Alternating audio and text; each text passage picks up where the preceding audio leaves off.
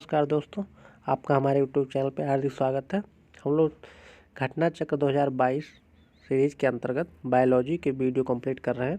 इसमें आनुवांशिकता के पहले के सभी चैप्टर कंप्लीट हो चुके हैं और आज हम लोग आनुवांशिकता से संबंधित जो भी नोट्स है और जो भी इससे संबंधित जो भी प्रश्न आए हैं उसको हम लोग कंप्लीट करेंगे।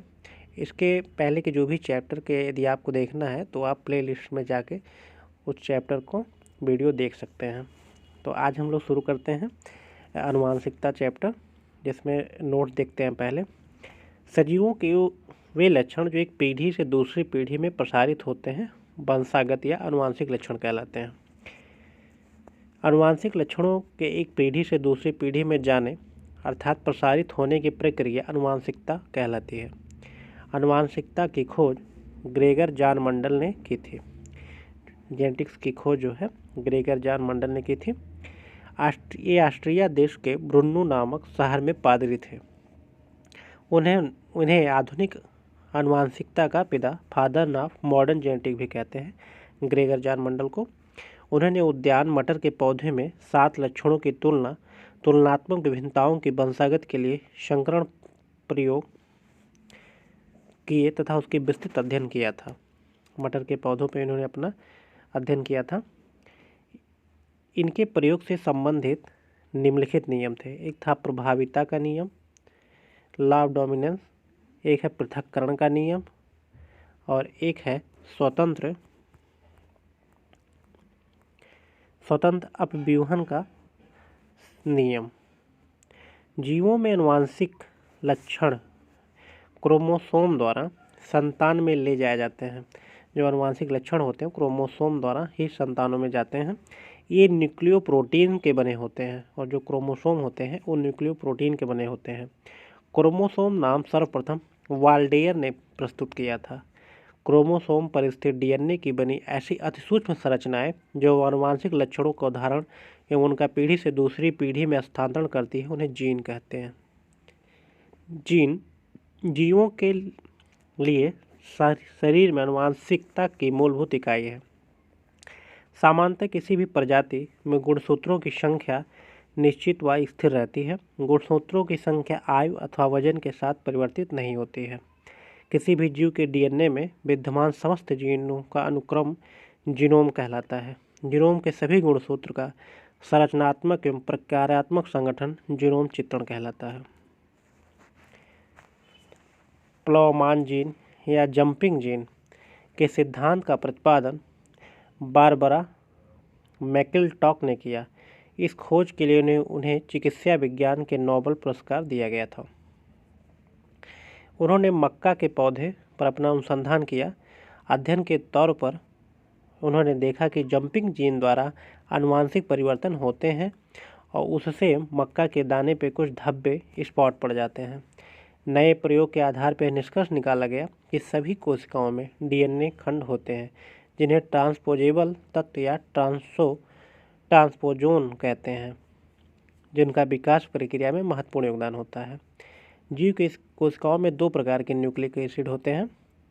एक हो गया डीएनए, एक आरएनए। डीएनए मतलब हो गया डीऑक्सी राइबोसोम न्यूक्लिक एसिड होता है और आरएनए में राइबोसोम न्यूक्लिक एसिड। ये न्यूक्लियोटाइड के बहुलक है, अर्थात ये बहुत ही न्यूक्लियोटाइड से मिलकर बनते हैं। प्रत्येक न्यूक्लियोटाइड 3 अणुओं से मिलकर बनता है। पहला नाइट्रोजनी base purine, pyrimidine, pentose sugar तथा फास्फेट। प्यूरिन बेस एडेनिन तथा ग्वानिन डीएनए आरएनए दोनों में समान होते हैं। प्यूरिन बेस जो होता है जिसमें एडेनिन और ग्वानिन होते हैं वो दोनों में डीएनए और आरएनए में दोनों में समान होते हैं। और पिरिमिडीन बेस आरएनए में साइटोसिन तथा यूरोसिल, जबकि डीएनए में साइटोसिन तथा थायमिन होते हैं। डीएनए में डीऑक्सी राइबोज तथा आरएनए में राइबोज शर्करा होती है। यह एक गलत धारणा है कि जेम्स वाटसन और डॉक्टर फ्रांसिस क्रिक, एमएचएफ विल्किंस तथा फ्रैंकलिन नामक वैज्ञानिकों ने डीएनए की खोज की थी। वस्तुतः इन वैज्ञानिकों ने एक्सरे विश्लेषण द्वारा 1953 ईस्वी में डीएनए का कुंडलीकार विन्यास प्रस्तुत किया था, जबकि वास्तव में डीएनए की पहचान 1869 में स्विस रसायन शास्त्री फ्रेडरिक मेसर ने की थी। ठीक। सामान्यतः डीएनए और आरएनए की कॉपी डीएनए से आरएनए की कॉपी बनती है। यह प्रक्रिया अनुलेखन कहलाती है। कुछ वायरस में आरएनए से डीएनए की कॉपी बनती है। यह प्रक्रिया रिवर्स ट्रांसक्रिप्शन कहलाती है। इस प्रक्रिया में रिवर्स ट्रांसक्रिप्टेज एंजाइम भाग लेता है। एक्सरे तकनीक व्यवसाय में लगे व्यक्तियों को जो अपनी कोशिकाओं में डीएनए के अस्थायी परिवर्तन का खतरा होता है। ध्यातव्य है कि डीएनए एक न्यूक्लिक अम्ल है जो आनुवांशिक पदार्थ के रूप में कार्य करता है। तो इसमें जो है नोट्स कंप्लीट हो चुके हैं। अब इससे संबंधित जो भी प्रश्न आए हैं अभी तक हम लोग देखते हैं क्या है। पहला प्रश्न, आधुनिक आनुवांशिक विज्ञान का जनक कौन है? तो हम लोग देख चुके हैं, ग्रेगर जॉन मंडल है, फादर ऑफ जेनेटिक्स। अगला क्वेश्चन है, आनुवांशिकता के जनक के रूप में विख्यात वैज्ञानिक है? तो जे डाउन मेंडल। अगला क्वेश्चन है, मेंडल ने अपने चिर प्रतिष्ठित वंशागत नियमों को प्रतिपादित करने में जिस जीवधारी का उपयोग किया था वह क्या था? तो वह एक मटर का पौधा था, गार्डन पी मटर। ग्रेगर जॉन मंडल को आधुनिक आनुवांशिकता का पिता कहा जाता है। उन्होंने मटर के पौधे पर अपना प्रयोग किया था। मेंडल ने सर्वप्रथम मटर के पौधों में मौजूद 7 प्रकार के गुणों का अध्ययन कर 3 नियम प्रतिपादित किए जो अधोलिखित है। पहला है प्रभाविता का नियम, पृथक्करण का नियम और स्वतंत्र अपव्यूहन का नियम। अगला प्रश्न है, मेंडल के आनुवांशिकता का सिद्धांत किस पर आधारित है? तो मेंडल का जो आनुवांशिकता का सिद्धांत है वो लैंगिक जनन पर आधारित है। लैंगिक जनन पर आधारित है।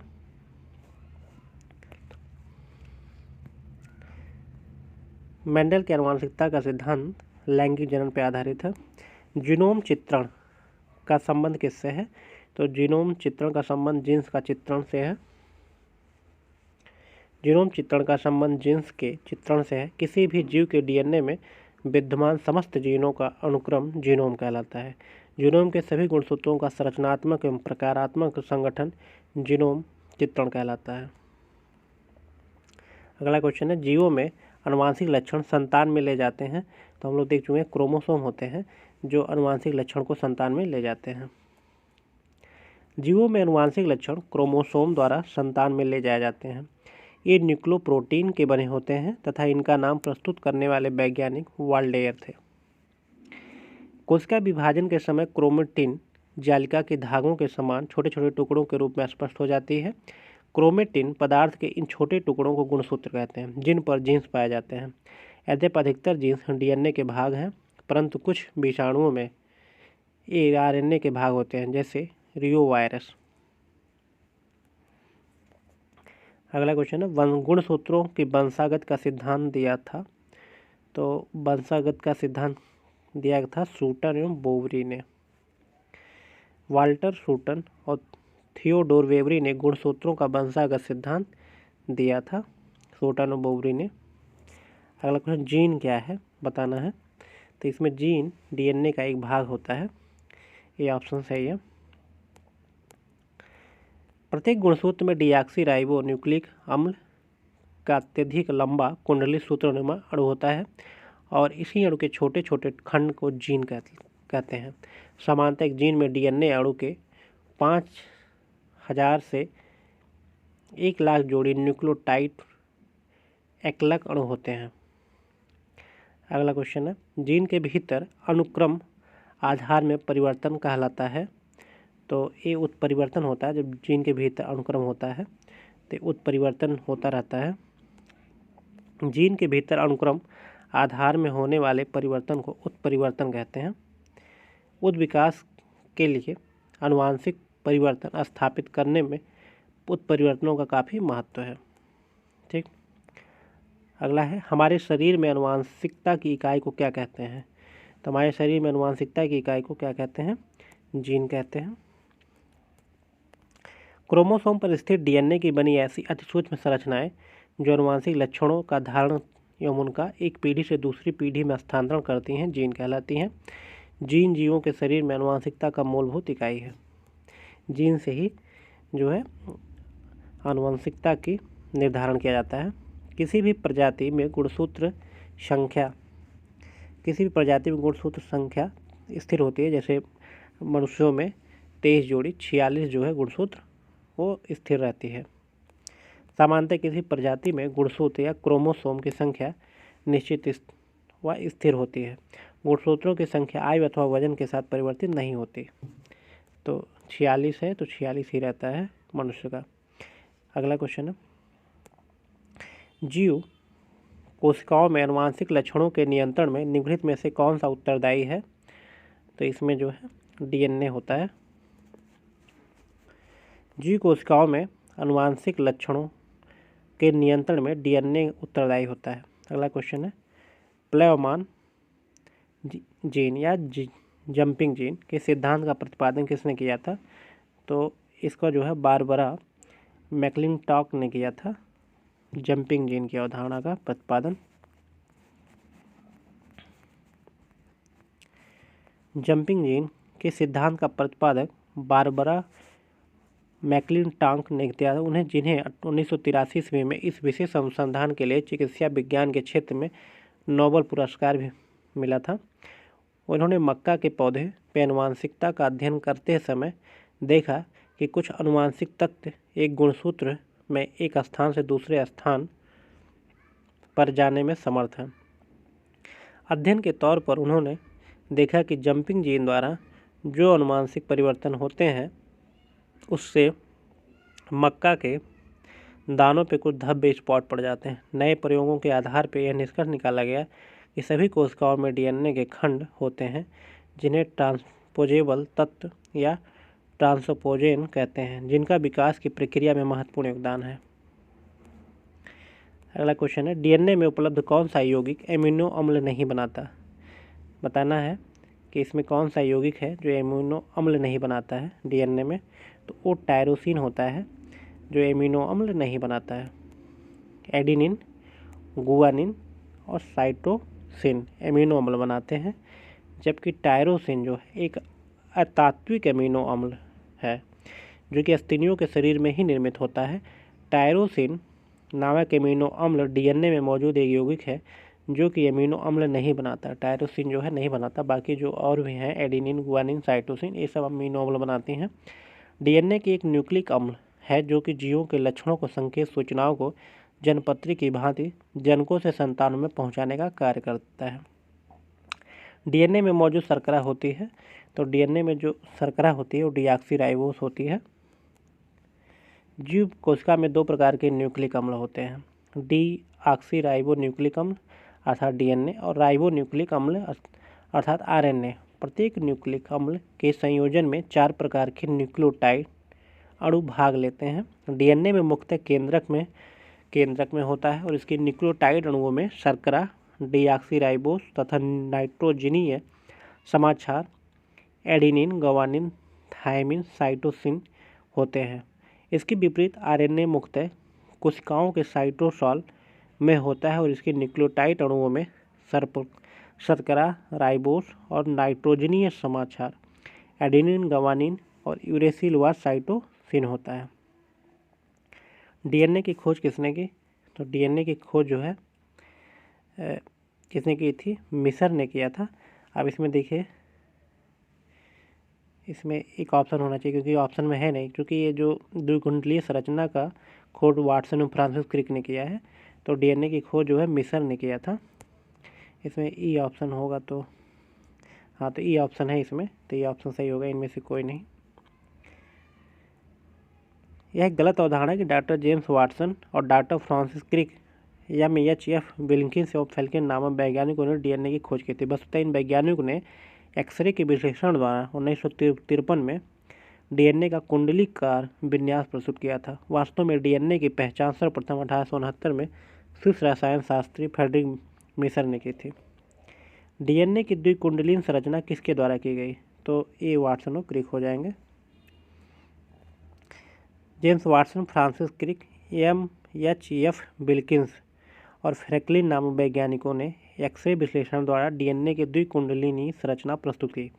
इसके अनुसार एक सीढ़ी की भांति डीएनए का अणु सीधा नहीं होता है, बल्कि सर्पिलाकार सीढ़ी सदृश अर्थात द्विकुंडलीन संरचना के रूप में होता है। एक डीएनए कुंडली में एक पूरा घुमाव 3.4 नैनोमीटर लंबा होता है। इस पूरे घुमाव में 10 क्षारक युग्म होते हैं तथा प्रत्येक क्षारक युग्म परस्पर 0.34 नैनोमीटर की दूरी पर होते हैं। द्विकुंडलीन डीएनए अणु 4 अणु का व्यास जो है 2 नैनोमीटर या 20 एंगस्ट्रॉन होता है। अगला राइबोजाइम्स होते हैं, तो राइबोजाइम्स आरएनए होते हैं। राइबोन्यूक्लिक एसिड एंजाइम या राइबोजाइम्स आरएनए अणु हैं जो विशिष्ट जैव रासायनिक प्रतिक्रियाओं को उत्प्रेरित करते हैं क्षमता रखते हैं। आरएनए के इस उत्प्रेरक के गुण की खोज के लिए थॉमस आर केज तथा सिडनी ऑल्टमैन को 1989 में नोबेल पुरस्कार प्रदान किया गया था।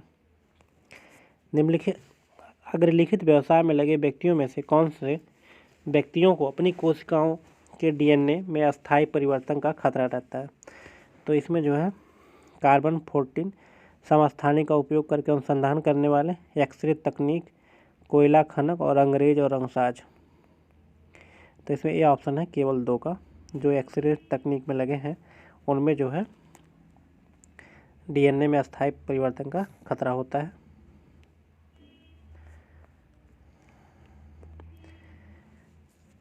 एक्सरे तकनीक व्यवसाय में लगे व्यक्तियों को डीएनए अपनी कोशिकाओं के डिऑक्सी राइबोन्यूक्लिक अम्ल में अस्थायी परिवर्तन का खतरा रहता है। डीएनए में न्यूक्लिक अम्ल न्यूक्लिक एसिड है जो कि आनुवांशिक पदार्थ के रूप में कार्य करता है। तो दोस्तों ये चैप्टर जो है आनुवांशिकता का कंप्लीट हो चुका है। अगला चैप्टर है बायो फर्टिलाइजर, और अब हम लोग अगले वीडियो में इससे संबंधित नोट्स और इस पर आए हुए प्रश्न देखेंगे। यदि आपको ये सीरीज़ पसंद आ रही हो तो आप ज़्यादा से ज़्यादा इसको शेयर करें और सब्सक्राइब करें। धन्यवाद।